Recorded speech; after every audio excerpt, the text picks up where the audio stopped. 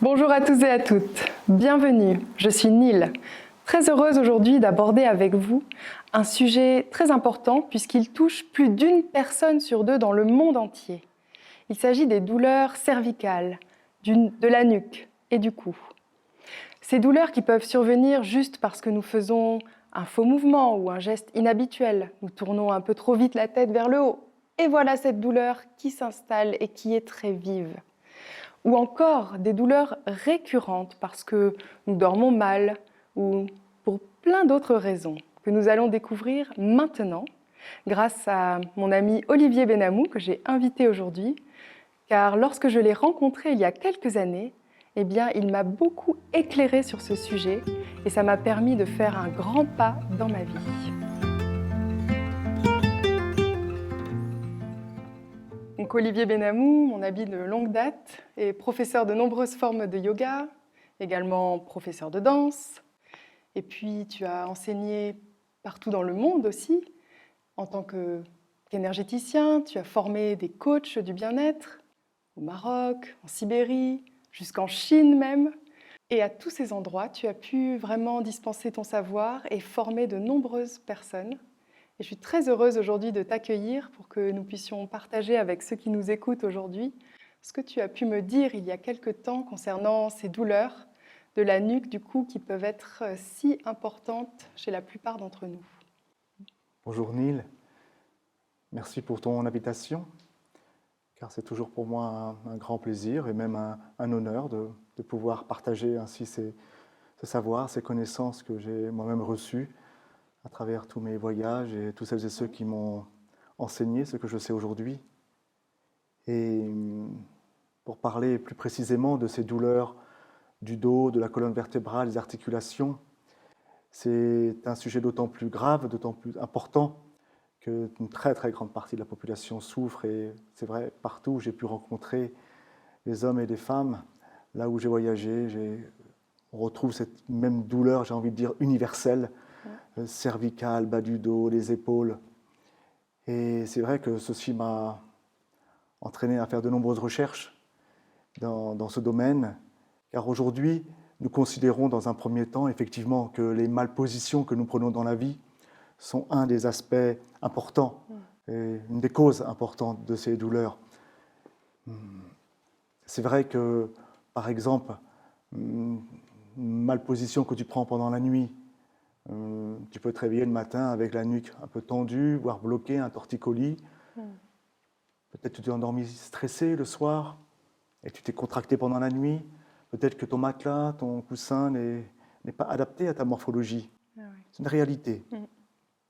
Un autre facteur aussi qui est de plus en plus prégnant aujourd'hui dans nos sociétés modernes, c'est cette forme de sédentarité. Les personnes passent un temps fou assis devant leurs ordinateurs, la nuque tendue. Tu sais de quoi je parle, Annie, hein? Car je sais que tu manipules beaucoup l'ordinateur, tu reçois beaucoup de messages sur ton smartphone et régulièrement comme ça, tu penches ta tête toute la journée sur le smartphone et au bout du compte, ça finit par user et à créer des tensions au niveau de la nuque et dans les cervicales. C'est vrai aussi, on dit de façon commune que c'est le stress, c'est lié au stress. Ouais, on peut tout mettre dans le stress et ça veut tout dire et malheureusement pas suffisamment aujourd'hui. On a trop tendance à incriminer le stress de façon générale, même s'il faut tenir compte de ce facteur stress. Non, il y a un autre aspect que souvent on néglige, c'est le lien très étroit qu'il y a entre une douleur au niveau de la nuque, donc des vertèbres cervicales, et ton état physiologique du moment. Par exemple, est-ce qu'en ce moment, tu as des douleurs au niveau des dents, des douleurs peut-être au niveau des oreilles, des sinus, peut-être que tu as des problèmes de thyroïde ou de rhume chronique. Ceux-ci peuvent avoir, tous ces troubles-là peuvent avoir une conséquence sur tes cervicales. De la même manière, tu sais que tes vertèbres cervicales, lorsqu'elles sont douloureuses, elles peuvent entraîner des migraines, elles peuvent entraîner des troubles de la concentration, des pertes de la mémoire, des douleurs dans les bras. Il est très important de connaître ces liens, effectivement. Donc, oui, douleur au cervical, oui, douleur dans le bas du dos, mais il faut élargir un peu le contexte lorsqu'on commence à se pencher sur ces phénomènes. Donc si je comprends bien, lorsque je ressens une douleur, je peux regarder ma vie à travers justement ce que tu as dit, ces malpositions, ces positions habituelles que l'on prend, mais aussi donc, le stress, voir comment, dans quel état je suis. Et puis, tu as parlé donc de l'état physiologique. C'est bien cela. Ce sont des aspects importants, je dirais des pistes importantes de recherche pour tout praticien, mais ce n'est pas suffisant. Car il y a aussi un domaine beaucoup plus symbolique dont il faut tenir compte. Par exemple, quand tu veux dire oui avec la tête, comment tu fais? Ça. C'est bien cela. À ce moment-là, ta nuque est souple, flexible, et tu fais un geste comme ça du haut vers le bas, qui est en réalité comme un signe d'humilité, car le oui est souvent associé à une forme d'humilité. Cette capacité de dire oui n'est pas anodine. Tu sais, il y a beaucoup de personnes qui ont du mal à dire oui dans la vie. Tu sais, c'est cet orgueil, cette vanité qui te fait un peu relever un peu le menton, comme ça, et qui t'empêche de dire oui. Et ceci est un facteur très important. Cette capacité de dire oui à une situation, à une personne, a des répercussions et des conséquences qui sont très souvent insoupçonnées sur la colonne cervicale. Si par exemple, tu as une douleur au cervical, mais cette fois dans le plan horizontal, qu'est-ce que ça t'empêche de dire? Non? Exactement. Ouais. Alors la question serait, y aurait-il actuellement une situation dans ta vie dans laquelle tu aimerais dire non et que tu n'y arrives pas? Je ne sais pas, un supérieur hiérarchique peut-être, ou peut-être tout simplement ton mari, ton compagnon, un parent, un enfant. Il est très important de pouvoir regarder ces aspects dits symboliques si on veut vraiment toucher du doigt de façon plus profonde la cause réelle de nos douleurs au niveau des cervicales. Ou encore, est-ce qu'il y a quelque chose dans la vie où tu aimerais détourner le regard, que tu ne veux pas voir, qui te ferait tourner la tête pour ne pas regarder cette situation? Tu n'es pas obligé de me répondre tout de suite. Ce sont simplement des questions qui sont très importantes à se poser si on veut vraiment prendre en compte et de façon profonde ces douleurs au niveau des cervicales et de la nuque.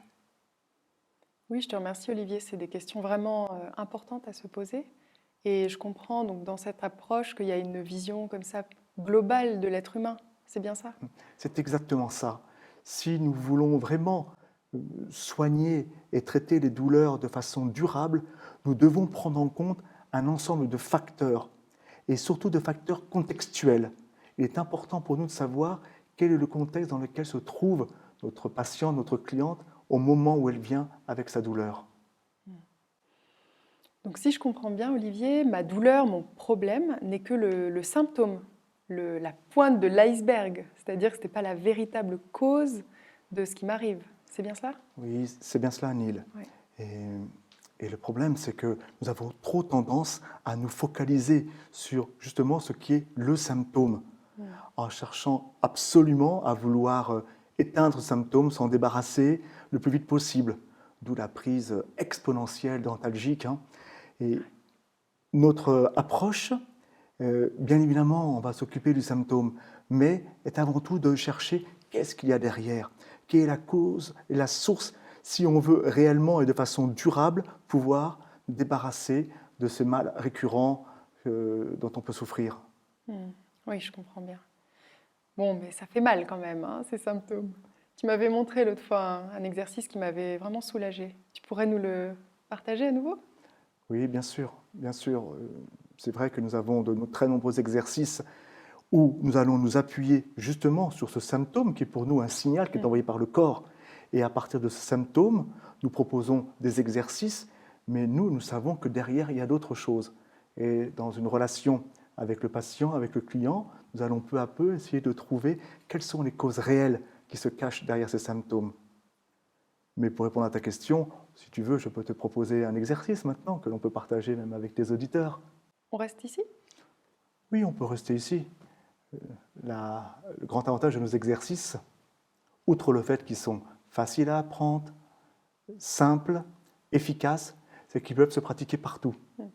Donc, ces chaises feront l'affaire.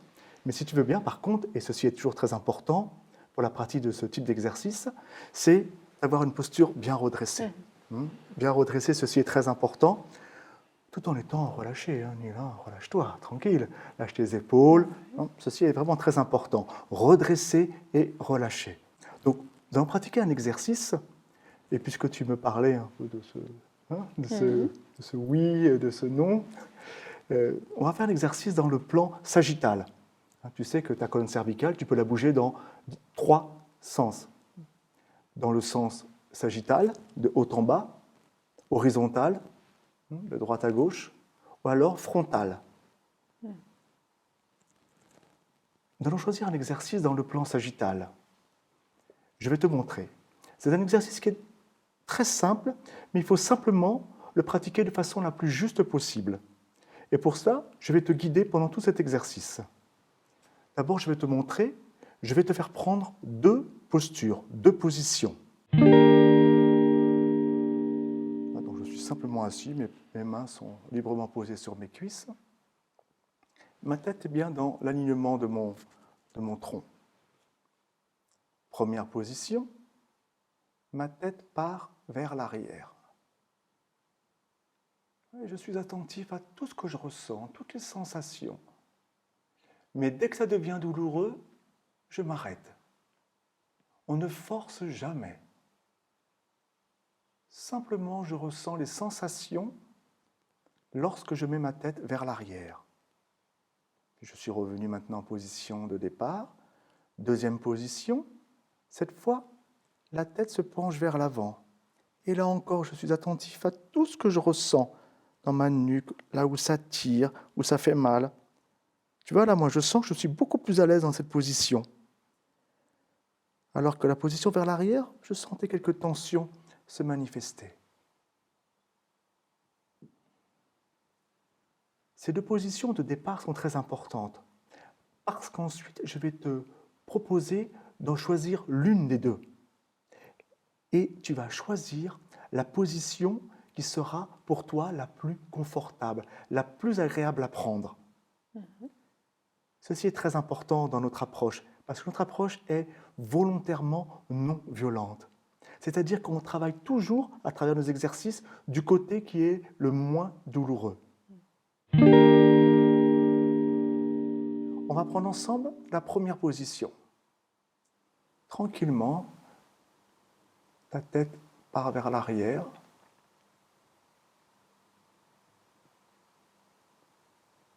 Et tu ressens toutes les douleurs, peut-être des tensions, là où ça tire. Et tu vas le plus loin possible sans forcer. Et tu reviens tranquillement dans la position initiale. On fait une petite pause. Deuxième position. Tu penches la tête vers l'avant. Tu restes toujours bien attentive à toutes les sensations que tu ressens dans la nuque, le cou, les sensations qui peuvent se manifester dans le visage, dans les épaules, dans le haut du dos. Et tu vas le plus loin possible sans forcer. Et tu reviens lentement dans la position de départ. À présent, Neil, je te propose de conscientiser tout ce qui s'est passé dans ces 2 positions. Et pour toi, laquelle des 2 a été la plus agréable? La deuxième. La deuxième, la tête vers l'avant. Ouais. C'est-à-dire que quand tu as mis ta tête vers l'arrière, tu as ressenti des... Ça me tirait au niveau de la nuque et une petite gêne comme ça. C'était inconfortable. Ouais. Très bien. Pour pratiquer notre exercice, qu'on appelle un arcana thérapeutique, tu vas pratiquer la tête vers l'avant. On pourra aussi inviter tous tes auditeurs à en faire de même. S'ils ont essayé les 2 positions, chacun va choisir la position qui a été la moins douloureuse et la plus confortable. Et la particularité de cet exercice, c'est qu'il va être accompagné d'une respiration spécifique abdominale. Mais je vais te guider, je vais vous guider pendant toute cette pratique. Donc vous avez simplement à rester concentré sur les sensations de votre corps. Chacun a bien la position en tête qu'il va prendre. Je t'invite à fermer les yeux. Ceci permet d'être encore plus concentré sur les sensations intérieures. On inspire. Expire, on prend la position.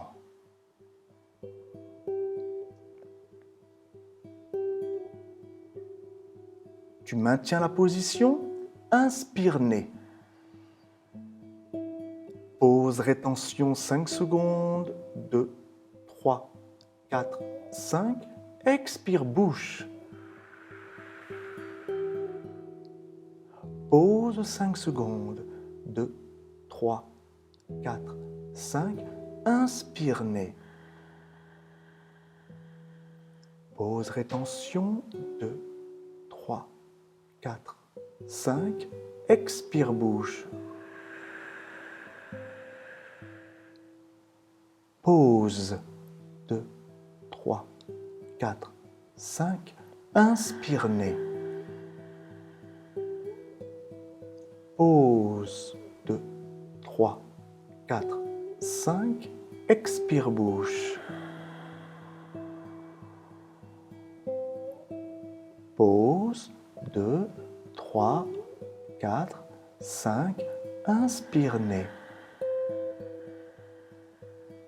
Pause. 2, 3, 4, 5.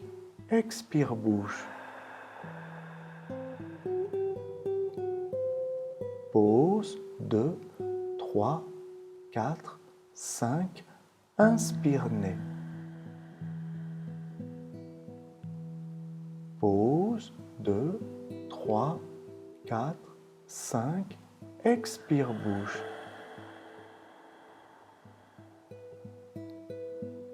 Pause. 2, 3, 4, 5.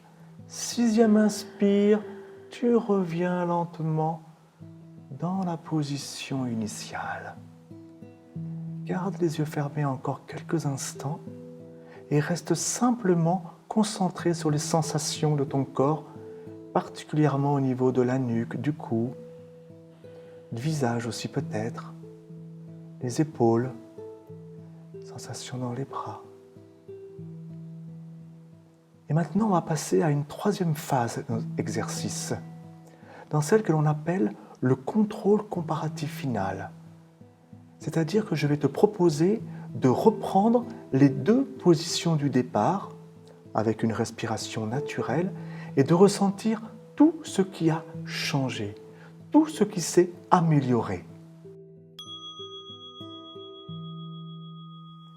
Donc, tranquillement, tu vas d'abord pencher la tête vers l'arrière et tu es attentif au moindre changement, à la moindre diminution, disparition de la gêne, de la douleur, de la tension. Repense à ce qui s'est passé tout à l'heure. Comment c'est maintenant? Tu reviens ensuite lentement dans la position de départ. Tu fais une pause quelques instants.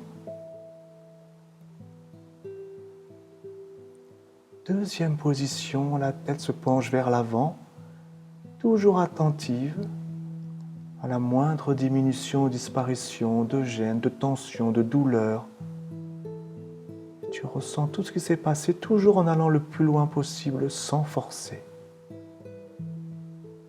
Et tu reviens lentement dans la position de départ.